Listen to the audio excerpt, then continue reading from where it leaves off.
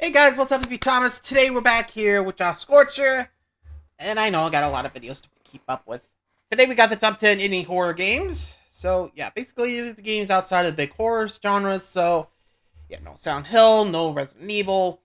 These are basically the ones that are just either one or dones or have evolved into the franchises. FNAF, Poppy, all that. Slenderman. So let's see which one's the best of the best in Josh's eyes. Be sure to like, subscribe for more. Hope you enjoy. Here we go.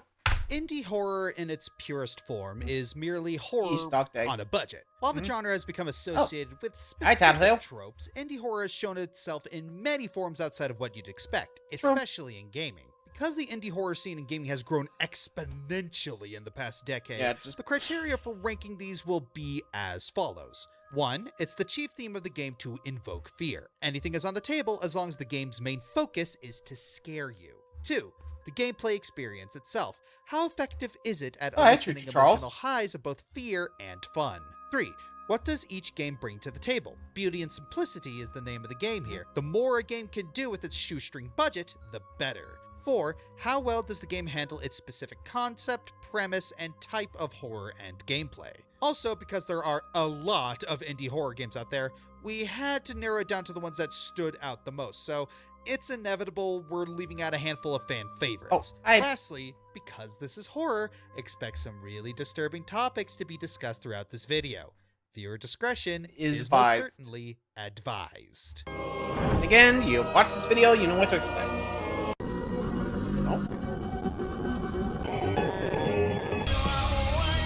What was that?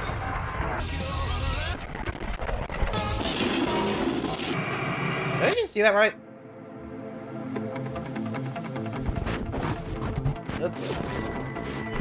XC incoming.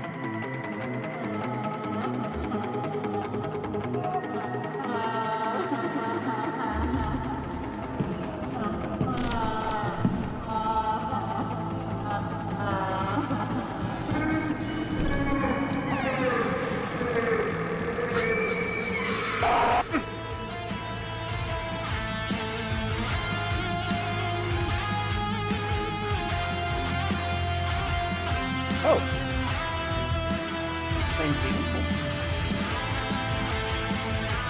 Oh, poor Ari. Ah, Amanda! Oh, wait.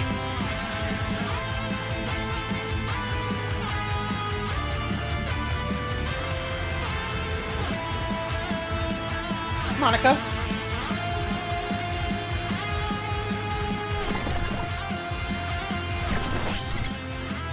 Here we go. I wonder what's up first.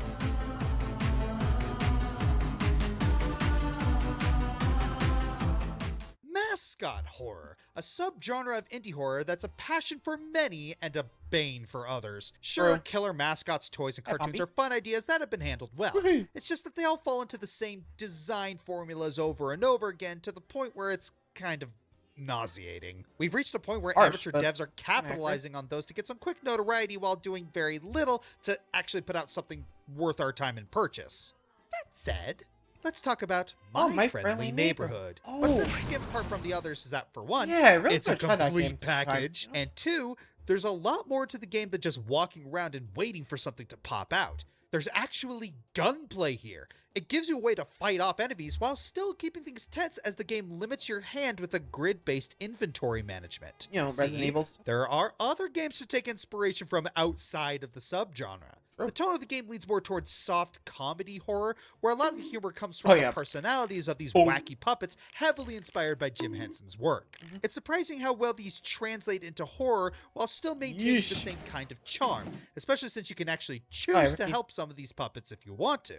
On top of that, the story is also unique. We don't just get another crazy experiment that turns the mascots into monsters. These puppets are alive, and the game treats it like normal. But it's because they're alive that we get to learn how they were affected by the world around them, and took some drastic measures to stay relevant. Behind all the charm, there's still dread and sorrow looming over this felt-stitched neighborhood. The reason this game is at the bottom is it's more tragic than scary. So the other entries have much stronger horror elements in comparison. Still, in a subgenre oversaturated by chapter-based releases, walking simulators, and bad jump scares, it's very refreshing to have a one-and-done game that did a ton to stand on its own furry legs. Oh. Number 9? Few games can boast the pedigree of popularizing a subgenre, let alone single-handedly creating one.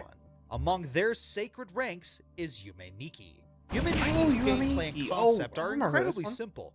You explore the elaborate dream world of Midatsuki. The enemies you encounter aren't so much as threatening as they are just weird.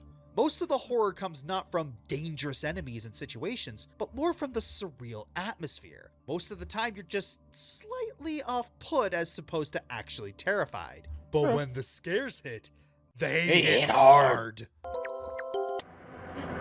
That? Turn it off! Turn it off! Yume Nikki developed a cult following and gave birth to tons of fan games. More importantly, it was the first of what we know now as the RPG Maker horror game.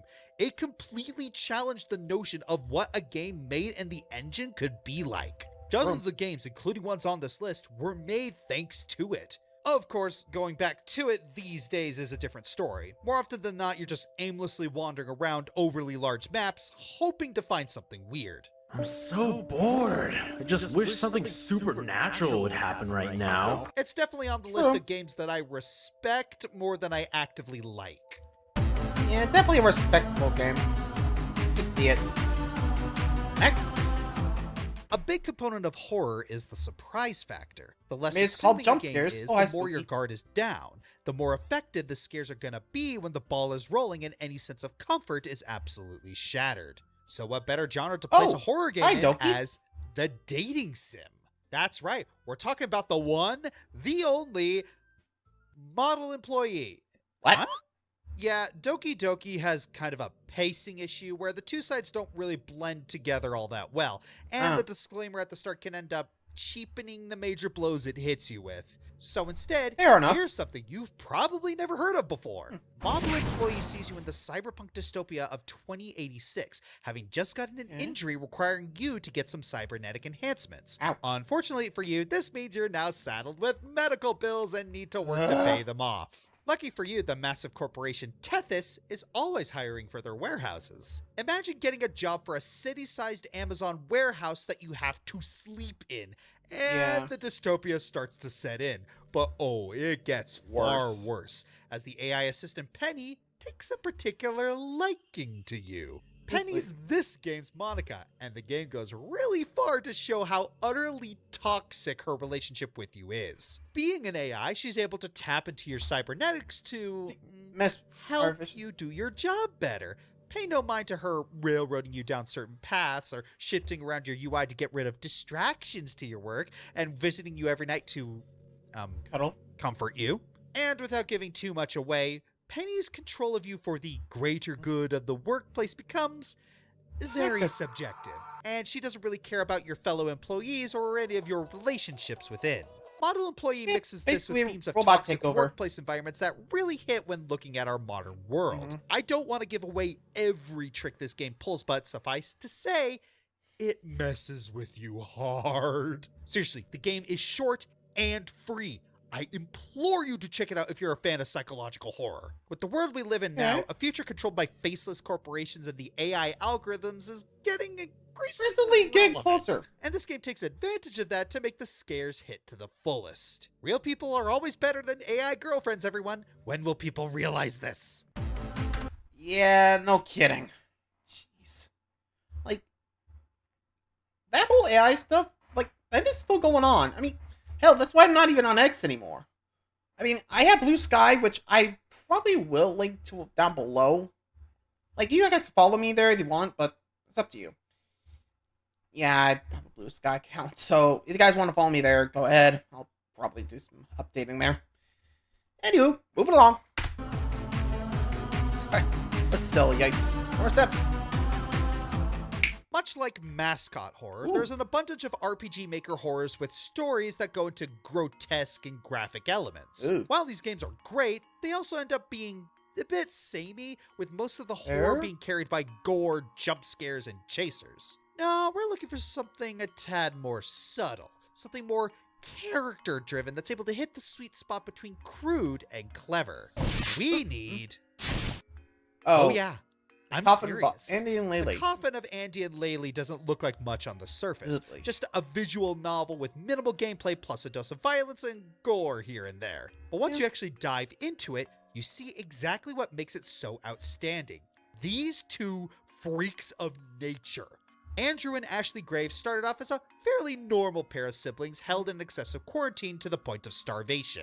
They're a little moody and edgy, but you do sympathize with them given their situation. But then you see the lengths they go through to survive, what they were like in the past, and yeah, no ifs, ands, or buts about it. These two are awful. They're murderers, cannibals, gaslighters, demonic dealers, and just overall psychopaths.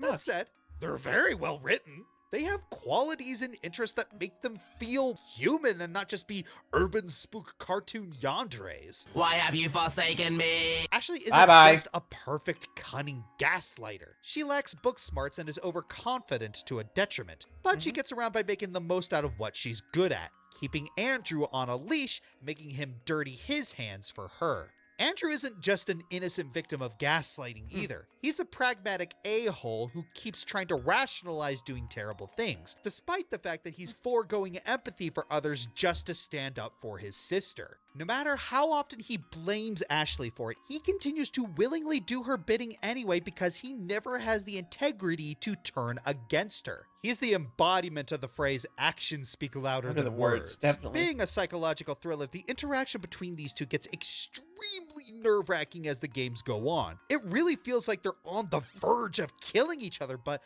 constantly having to justify keeping each other alive. We hate these two, and we want them to face justice for their actions, but they're so interesting to follow that we can't take our eyes off of them. Gotta give the game credit for really nailing the gothic vibe, not just in terms of art style, but the sensitive story elements as well. It's not afraid to get dark and dirty, but is still subdued enough that it feels adequately edgy, whether it's drama or humor. As of making this list, episode 3 isn't out yet, so whether these two will live, die, or if Andrew will face some kind of redemption, it's up in the air. Whatever we may get, it's going to be interesting to witness the excessive moral debate that comes out of it. I mean, can't be worse than Edelgard. Yeah, no kidding. Yeah, I'm not going to mention that scene they have together, but move on. Due to the restrictive nature of RPG Maker, most people find a greater avenue in just making survival or visual novel horror instead of using any of the battle mechanics. True. However, if you push your technical knowledge just a little further, you can still put out something interesting with many tools this engine gives you. That's precisely what Fear and Hunger did. At first, this game seems like a standard RPG with some neat targeting mechanics, but you'll quickly realize that being good at battling can only get you so far, as the enemies get super strong and super tough almost immediately. And there's permadeath. No, this game is an immersive sim. You go around looking for items to help you survive these accursed dungeons, crafting equipment, trapping your enemies, you name it. As if that's not enough, you have hunger and phobias to worry about. And if you don't manage them, things are not going to get easier for you. But interactions aren't as easy as ABCs either. Coin tosses are a thing, and they can be a case of life and death during battles and exploration, so you're not even safe from a dose of RNG. Losing limbs can severely impair your ability to fight, and make sure you know which Eldritch God you're praying to, because you'll risk losing party members if you make the wrong move. Oh, but the game isn't so gentle as to just let you die for good sometimes. Sometimes you have to live through your death for minutes on end just to face an even worse fate than what you normally get. Yeah, there's a reason I hesitated to talk about this game for a while. Between being very graphic and suggestive, the tough gameplay, and the insanely creepy atmosphere, this game is excellent at instilling dread. I can only guess someone thought Darkest Dungeon wasn't brutal enough, so they took it a hell of a step further to make this game a true nightmare. Although, I will admit, the more you put up with the excessive crudeness, it starts to feel less disturbing and more... Ha! That creature has a dick! Oh, that is so funny! Still more tasteful than some of the stuff Ultra Despair Girls and the Corpse Party sequels cook up. Besides, this ain't the first game that lets you target enemy dicks. Fallout did that first. Yeah, true in a way. Ouch.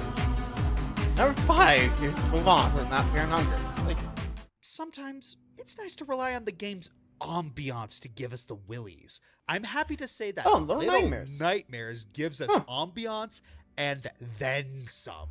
In this third-person puzzle survivor, we play as a little girl in a raincoat simply called Six. We find ourselves lost and alone in an enormous ocean liner, a majority of it surrounded in darkness. As we try to find our way out, we realize that we're not as alone on the ship as we thought. We got the usual rats and leeches running around, but also enormous, monstrous-looking people with an even bigger appetite.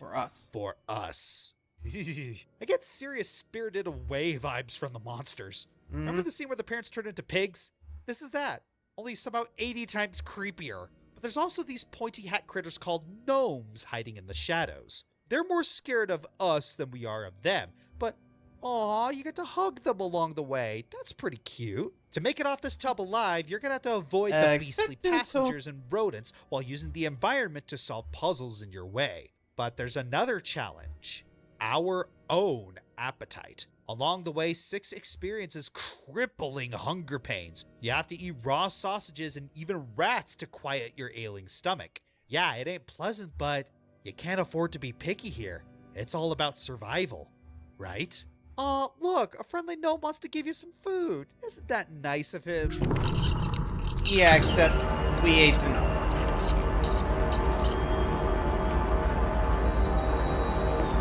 Yep, we ate the gnome.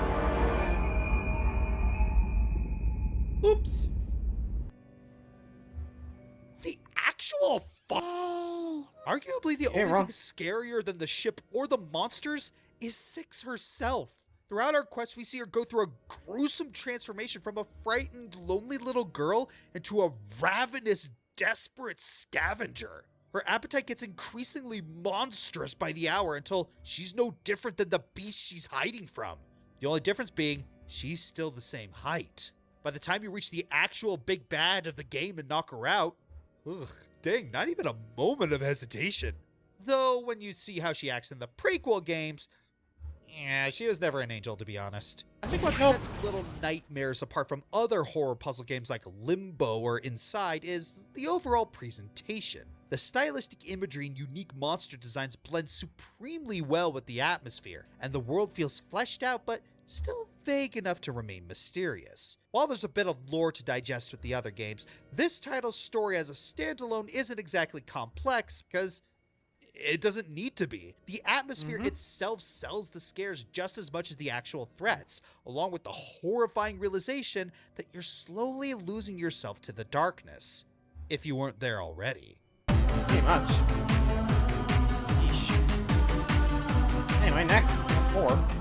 Remember how I praised the Stanley Parable for its philosophical story and how it made our choices matter? Now imagine that, but actual horror.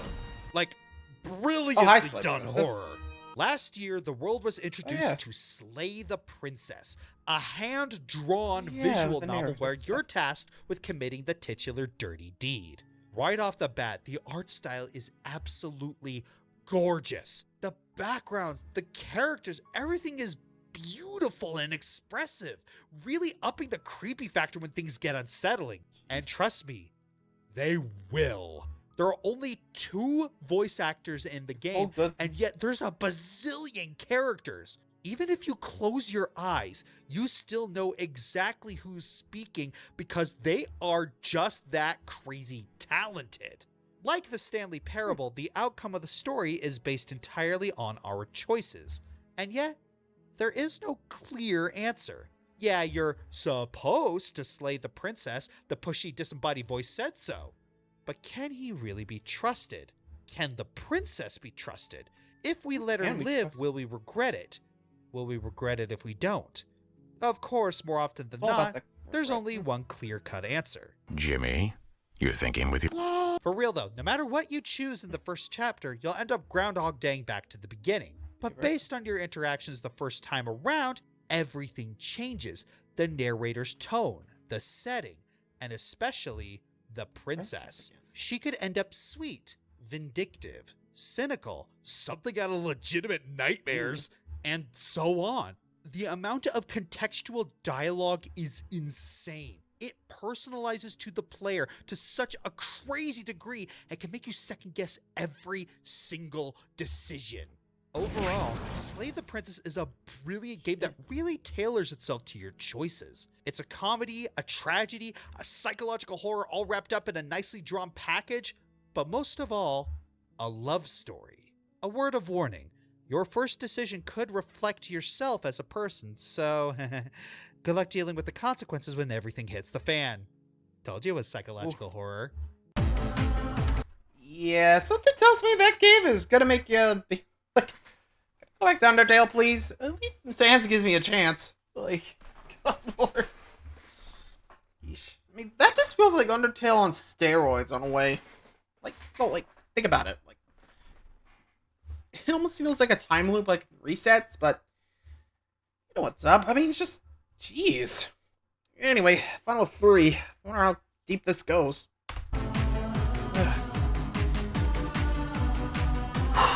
Let's go. Please Scott? welcome your new queen. Yep, there we go. The nap.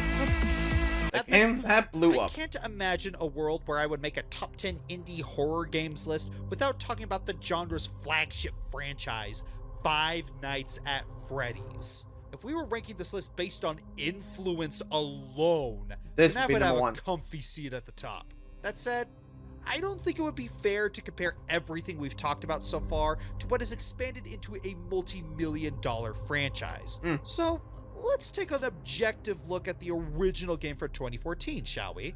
For those that have been living under a rock and without the internet, or your frontal lobe, the initial concept of FNAF 1 is fairly simple. You're a security guard working the night shift, and there are animatronics that want to stuff you into a suit, which turns out will kill you, so you have to fend them off, blah blah blah. There's a movie about it starring PETA from the Hunger Games and Shaggy. Hi, Shaggy. Are you challenging me? Now, that may sound like too simple of a concept to warrant any scares, but remember that what you can do with the little you have is the beauty of the indie horror genre. Simple doesn't always mean bad, and complex doesn't always mean good. Trust me, FNAF tried to go AAA in 2021 with Security Breach. And look at how that turned out. We're gonna go down to parts and services, and I'm gonna shove a beak inside of you, and you are going to be able to talk better. And he's gone. Did you hate the idea that much? Please, give me in. Freddy!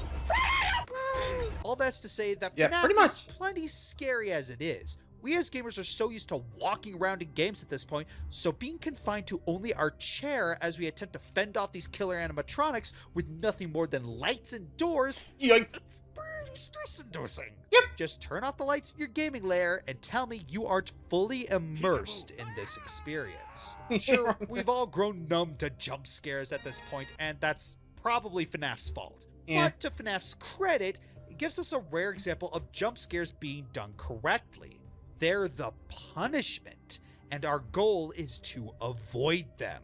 Believe me, that's a lot better than a game just throwing a random jump scare at you because haha, funny. Even when you know a jump scare is coming after you kept the doors closed for too long, because let's face it, we've all done that on our first playthrough. Just waiting for it to happen can elicit so much anxiety, whether you're playing the game yourself or watching someone else play it. Speaking of which, this leads us nicely to the big reason FNAF finds itself this high. The impact. The original Five Nights at Freddy's played a huge role in bringing Let's Play culture into the mainstream media. YouTubers like Markiplier, Jacksepticeye, Yamamash, Dawko, and of course, MatPat all gained their influence and made millions off of this franchise. Heck, FNAF's developer Scott Coffin himself made $26 million during the franchise's first 2 years. And he absolutely deserves it. Scott made FNAF during a time when he was ready to completely give up on game development on account of his pre-FNAF games being, well, not good. FNAF was meant to be the last game of his career, and since its release, not so much. There have been several sequels and spin-offs, and several books, including 2 encyclopedias. Oh, and a haunted house attraction in Las Vegas. Oh, and a feature-length film that's getting a sequel next year. Oh, and all the freaking fan games. Am I missing anything? The merchandise? The music made by the fans? The theories made by the fans? Does Willy's Wonderland count? Five Nights at Freddy's is Pretty having much. its 10th birthday this year, and that milestone is absolutely worth celebrating. This game didn't just make a small contribution to a subgenre. No, it changed the landscape in a way.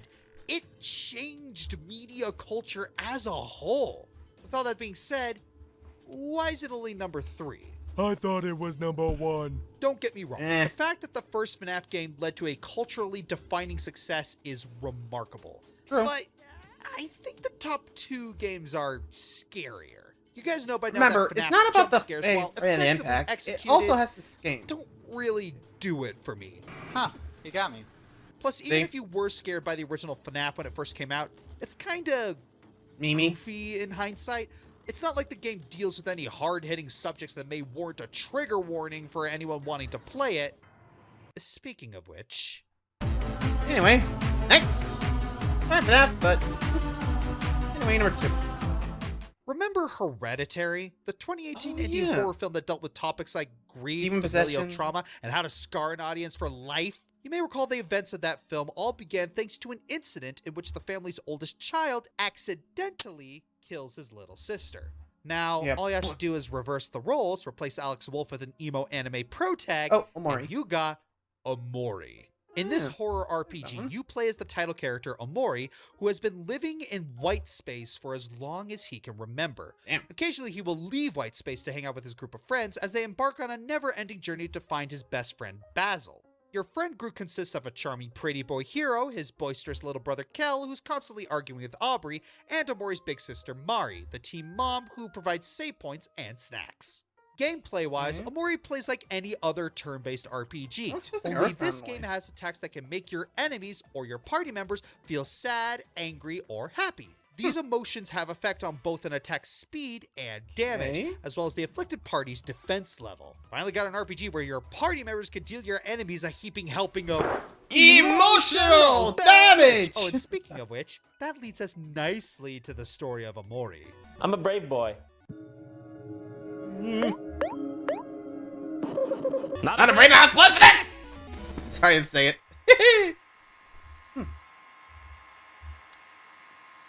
Remember how Doki Doki Literature Club gave the player a false sense of security in its first half, only to spring on you that it's a horror game? Yeah, Omori takes that concept and runs a marathon with it. One moment you and your buddies are fighting against a variety of colorful bosses, the next you start seeing shadow figures that resemble your best friend, and the only way out of white space is to... I think I want the killer animatronics back. Please. After that, the actual premise of the game starts to become clear. As it turns out, Omori isn't actually your real name. Your real name is Sunny. And throughout the game, you switch between the comfort of white space and your cruel, harsh reality. Oh sure, all your friends are here in the real world, and even Basil appears to be alive and well. But unfortunately, the same can't be said for Mari. As you'd expect, the effect Mari's death had on her friends was total devastation. Hiro, who was Mari's boyfriend before she died, disappeared into his studies while his little brother Kel disappeared into sports. Aubrey was left to grieve on her own, and the resentment she harbored led to her becoming a stereotypical mean girl. And yet, she's the only one who managed to find Jesus. As for Sunny and Basil, well, they've been hurting the most. Sunny created Omori and Whitespace to disassociate himself from the truth of Mari's death, revealed to us in photos when we finally enter Black Space. Mari and Sunny had an argument over their recital, and when it got physical, Sunny ended up pushing Mari down the stairs. Unaware of his strength, Sunny rushed down to check on her, but it was too late. Sunny couldn't bear to tell his friends, so he tied some rope together and hung Mari's body from a tree to make it look like she did it herself. Afterwards, he pushed away his friends and sunk into his unforgiveness. Basil didn't fare much better as he bore witness to everything. Worse yet, Omori had broken his promise to Basil that they'd always be there for each other by locking himself away. He felt so betrayed by this that he responded by not only isolating himself too, but by blacking out all the photos he took of him and his friends. The memory's too painful for him to look upon. Then Basil got his photo album forcibly swiped from him by Aubrey, not realizing that she wanted to wash the black marker off the photos. All of this is some of the most disturbing stuff we've gotten from indie horror in a while. Thankfully, all is not lost. Choose the good ending, and you'll come across Mari in a vision where she asks you to forgive yourself for what happened. After all, your friends forgive you. Just because you did something bad doesn't mean that you're bad. We all make mistakes, and we can either run from them or choose to forgive ourselves and move on.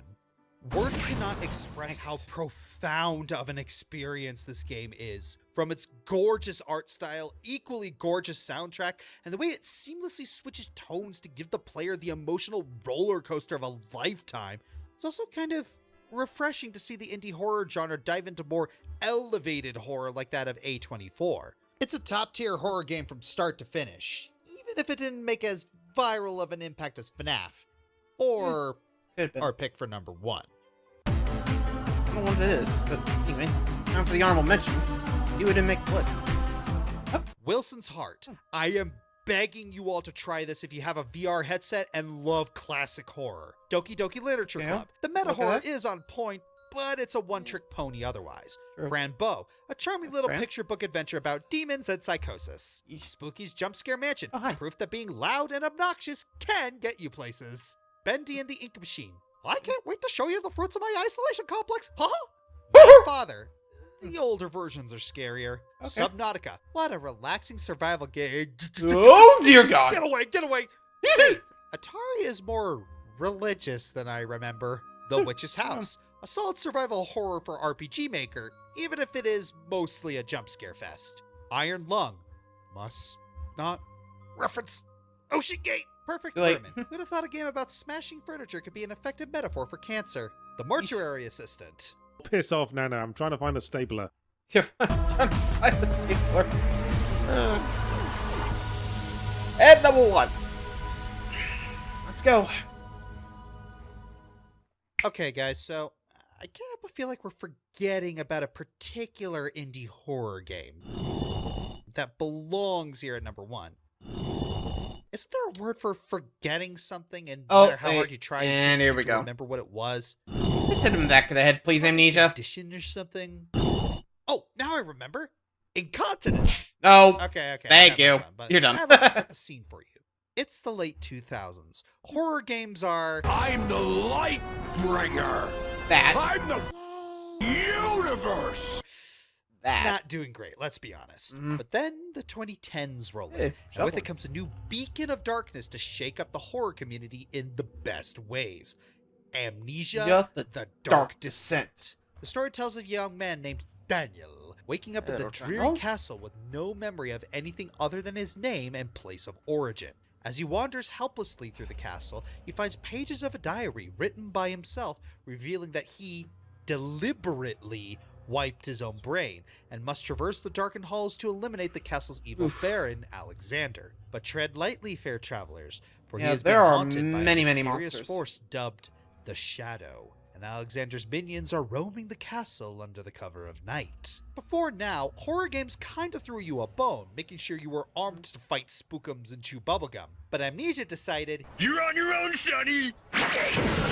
No weapons pretty much, in you're on this your own. castle. Your only hope is to run and hide. Stay out of sight, put some distance between you and the beasties in the dark. Of course, that's going to be harder than you think, thanks to this game's other biggest innovation, the sanity meter. Rather than your typical health meter, Dark Descent features an additional one for your mental state. It's most affected when you stare at a monster or wander around in the dark too long. The lower your sanity is, the more the world around you distorts and blurs. You can replenish your sanity in the light, but it puts you at risk of being spotted by enemies, and staring at them only makes your sanity worse. Okay, so they're a lot scarier when you don't see them, but the fear's still there. Considering you'll be wandering through the dark to avoid these beauties and solve puzzles, relying on the sound design is going to help you a lot in the long run. On its own, Dark Descent is phenomenal.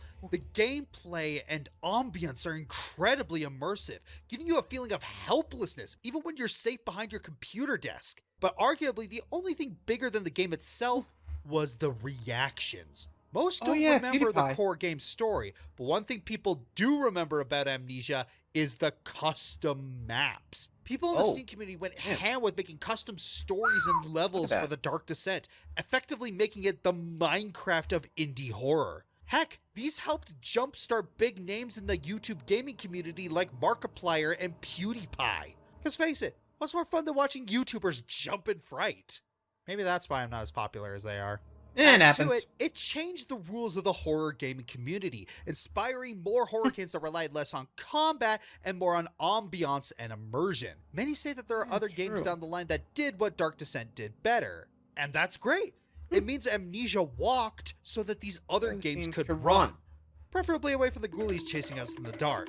More importantly, it made sure that the horror genre got more of the variety and creativity it deserves. I'm Josh Scorcher, and now I present to you the one thing scarier than any of these games combined. What?